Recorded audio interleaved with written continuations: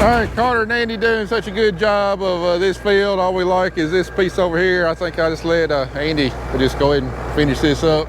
He needs some seat time and some experience in the combine anyway.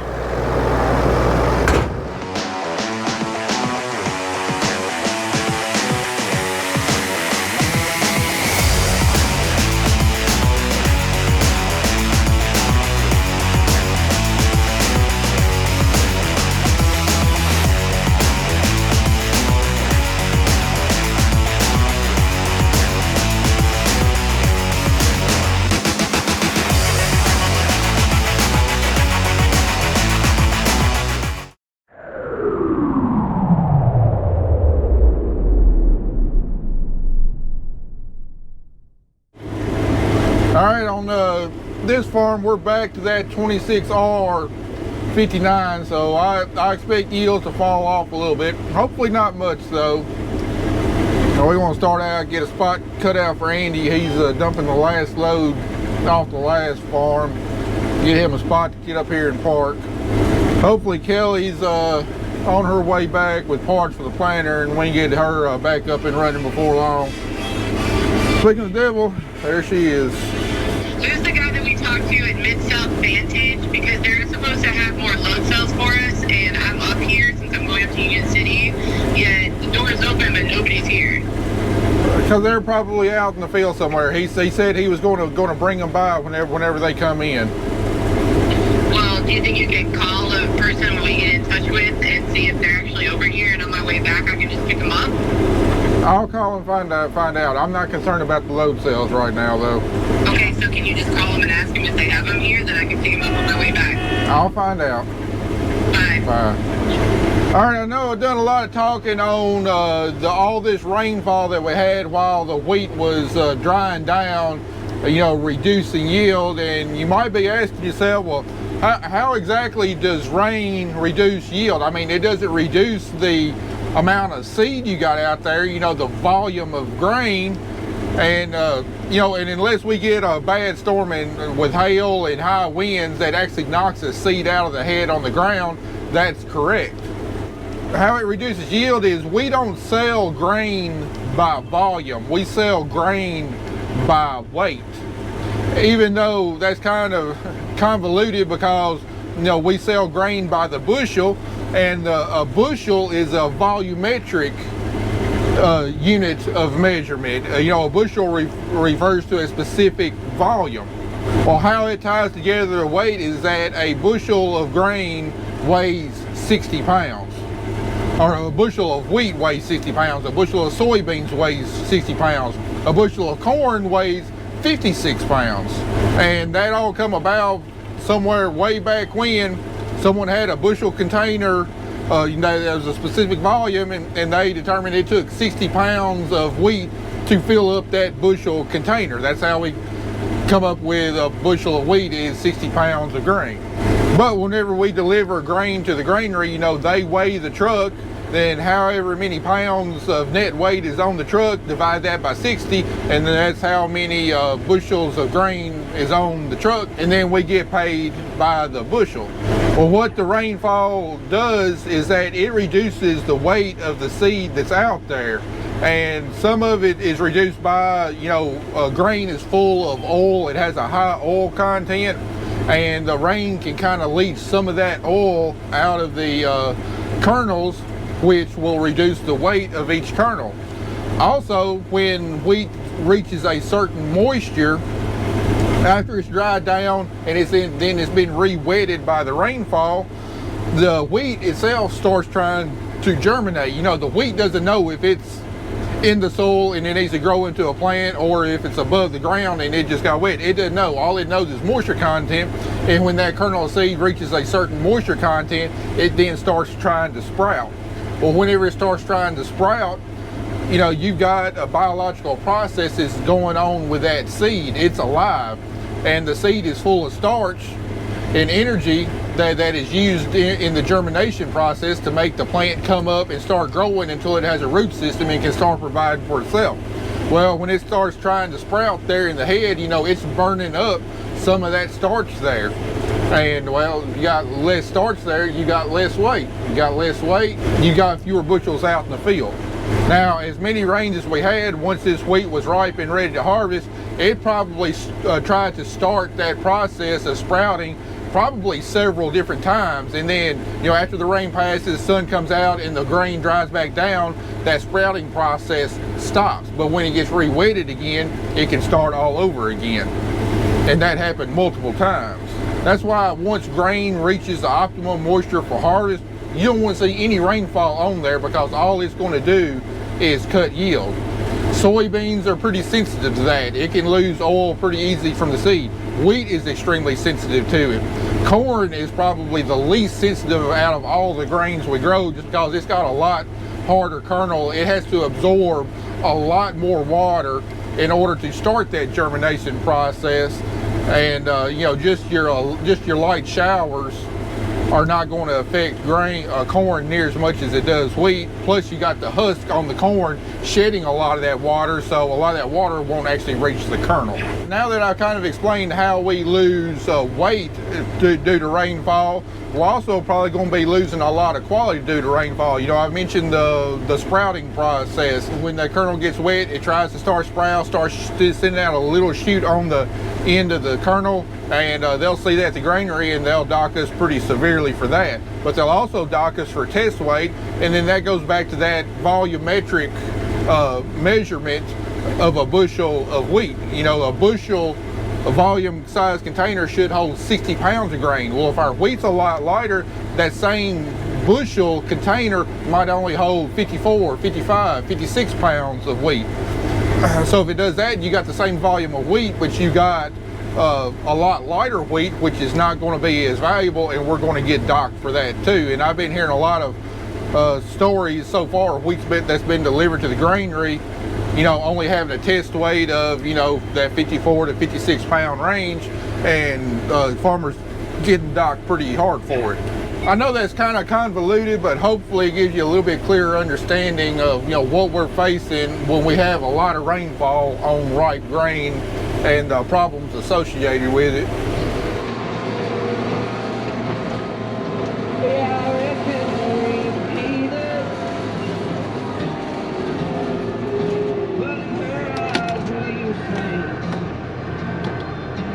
Looks like Drake's back.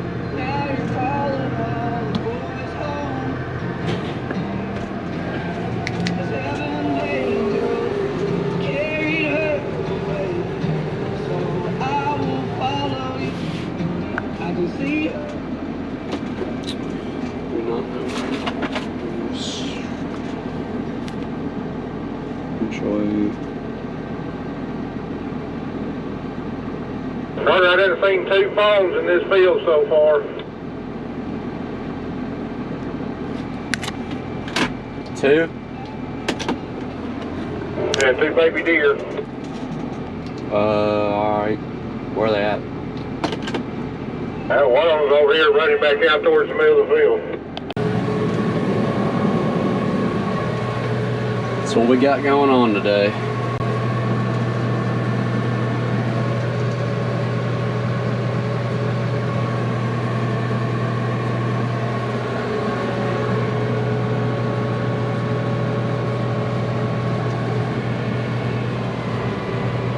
Not gonna build it up too high because Andy's got a weird turn out of here. Don't want to put too much weight on it.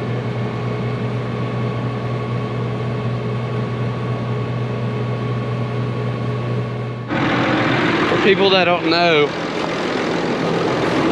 Andy gave me this idea, but put your can up top and it cooks.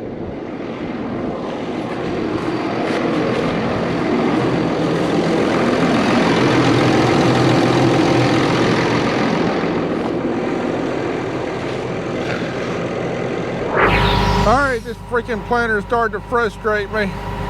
Kelly got back with cards. Andy and Carter put it pretty much back, all except for the gauge wheels, because they was out here in the field. Kelly went to put the gauge wheels on, and now she says one of the bolts that holds the gauge wheel on just snapped off, and she tried to tighten it. So I told Carter to get back on the combine and bring Andy over here to show him how to run the combine because he doesn't have any kind of experience, and we like everybody to know how to run everything on this farm. So I think Carter's gonna give him a tutorial on it there. If y'all tear it up, you buy it.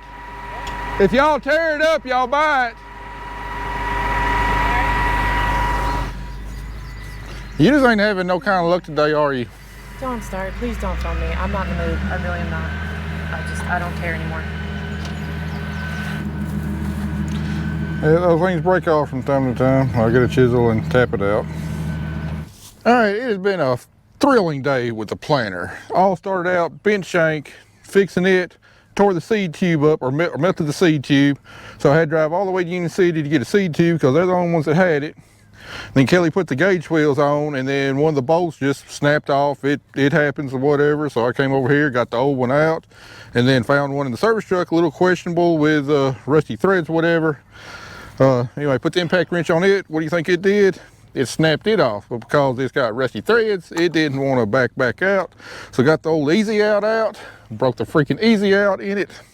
So now this thing is hopeless, and now we have to make a hour round trip to Brownsville to get one of these. Luckily, someone was there about 30 minutes past closing time. They had it, and they're putting it outside in the drop box.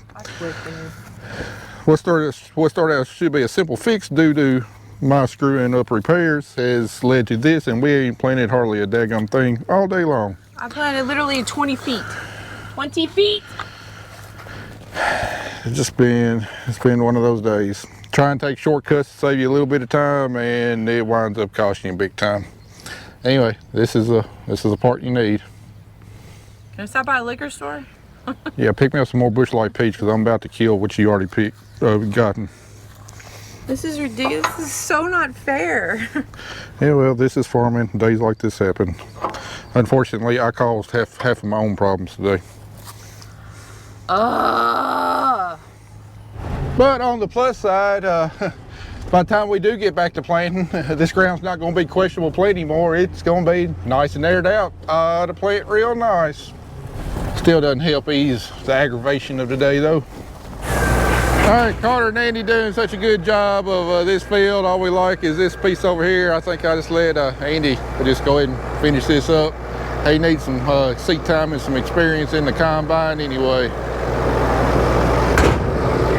Well, I just got the truck loaded, got back over here, and it's like Andy and Carter just about got this field wrapped up.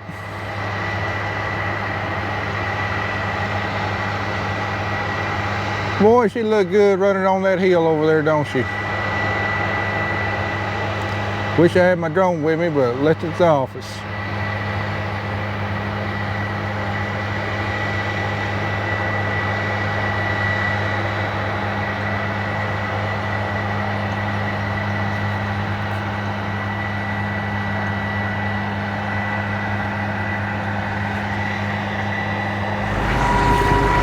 All right, Andy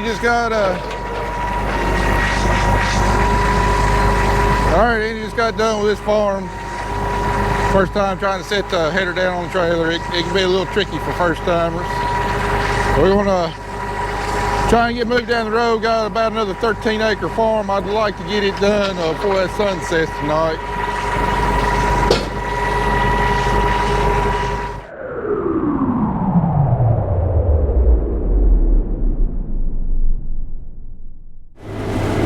Well, you can tell when it's starting to get damp when you see that dust hanging around like it is. Got a temperature inversion going on. Happens pretty much every day of the summer here. And you see that straw being left on top of the standing straw. Another sign that straw starting to get kind of damp. We're about to lose daylight. All we like is about, I don't know, 6-7 more acres. We'll have this this farm wrapped up. We ought to be able to get it done. As long as my losses stay low. See, the way the combine works is that when the straw goes into that rotor, it grinds it up, and the seed is heavier and falls out, and through a centrifugal force going around the rotor, it slings the seed out. But when that straw gets damp, it doesn't want to kind of grind up as good, and the seed get trapped in that straw and get carried out the back of the combine. So that's why, you know, especially like wheat, where you got a high volume of straw, once that straw starts getting damp, you pretty much got to shut down. Otherwise, you're going to run a lot of your profit out the back of the combine there. Soybeans is not as sensitive. You can generally cut them quite a bit wetter in a rotary machine like this than what you can wheat.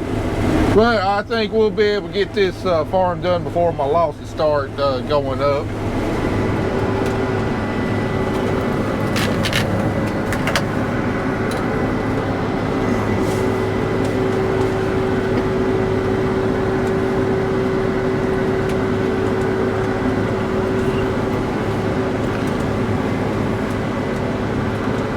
There's like no wheat here.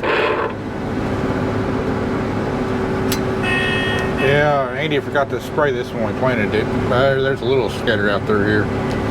As Carter so eloquently put it, where's the wheat at? And we got what, a little 1 acre patch here that's across the creek from the main part of the field. And remember, last year was Andy's first year, and he was still learning our fields and everything. And anyway, he forgot about this little field when we were spraying burn down. And I ain't got much wheat out here, but we got a heck of a stand of ryegrass that I don't know if I'll be able to cut or not. There's a little wheat scattered out through here, but it probably ain't gonna pay the cost of running the combine. But main thing, I just kind of want to get it mowed down, maybe make it a little easier to plant through.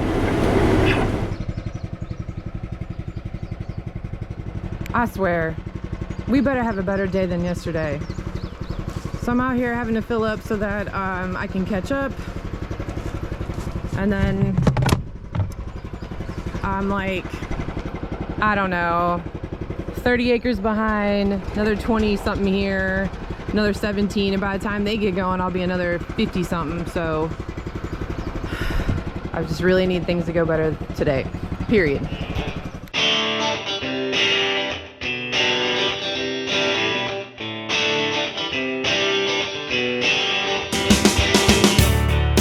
Alrighty, she's full. I should be able to go for about 60 acres. Next thing I'm gonna do is lift it up, and I'm going to double check every single unit. Make sure everything is good, because Betty over here, I think she's upset. She wasn't treated right somehow during planting. I don't know if Matt upset her or what, but usually we don't have a problem, so I'm gonna think that she was just very upset that she had to replant. So nothing says sweating by 8:30 in the morning, like a beautiful June day in Tennessee. I do have my buddy with me, look. Although he's absolutely no help, are you, Drake? He came down to lay in the mud, so yeah, I'm gonna pack everything up and then we're gonna do a look around. So my walk around is complete. Everything looks okay, so I guess I'm gonna get going and hope and pray for the best.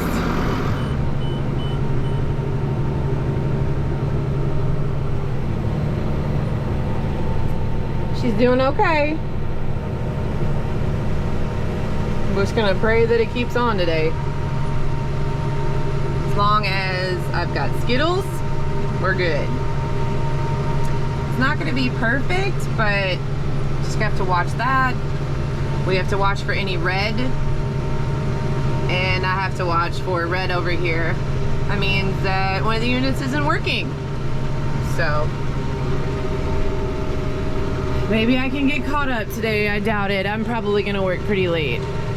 You know, I was hoping to be done, hoping we would have started like 2 weeks ago. So, of course, Mother Nature had different ideas. And because of that, I'm missing a very important funeral in Arizona for a family member. But they understand. So, it still sucks because she was my last living grandmother. she was a step grandmother, but to me she was a bonus grandma because she married my grandfather when I was born, and she was around for my kids. So it's just really hard because unfortunately farming has to take precedent over that, especially when you're so behind. You've got to get your crop in the ground. You've got other crop out there dying from crop failure. It's just been a really bad year. So, and I know she would be pissed if I skipped out on my job and came to her funeral. So sometimes you just have to suck it up and keep going.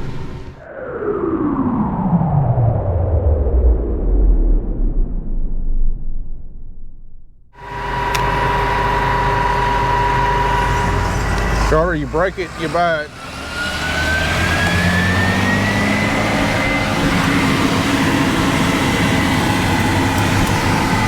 Push. What's the button for the you know, the whatever you call it, control, the auto steer? Double tap the button on the back of the hydro handle. This ground is real rolling and everything, so take your time and make sure you get all the wheat in the header, because it's going to tilt. It's going to kind of tilt from side to side. So make sure you don't cut, you know, one side of the header don't get, you know, above the heads and just clip the heads in half. Yeah, here I am once again, leaving the wheat field. Go work on the planter. Thing run almost flawlessly there through corn, cotton, and soybeans. All of a sudden, double crop beans. Can't keep it together. Start to get a little aggravating. I think this time now, Kelly's seeing some bolts working loose on a plate that holds the unit on. I swear. Oh well, just as well. The younger generation needs training on the harvest equipment. This is a good chance for it. That is supposed to be that one. I stopped when I was planting down there, and all of a sudden I heard ping, and it just flew off into the ground. And I'm also missing a couple bolts on some of these. Now these are what the unit rests on when we're planting corn and cotton. All right, what we got going on here is, good thing Kelly knows it, but this plate right here, bolts work loose of it. And it goes right there like that, and that's what the parallel arms hit and keeps this unit from dropping all the way down whenever it's picked up. And the one on the other side, was a bolt work loose or snapped or what, but all we got holding this unit up is this one bolt right here. But luckily Kelly noticed it before anything catastrophic happened. Should be a pretty quick and simple fix. Just replace the bolts and then go through and make sure all the rest of them are good and tight. All right, got her going back again. I don't see any smoke in the distance. That's always a good sign.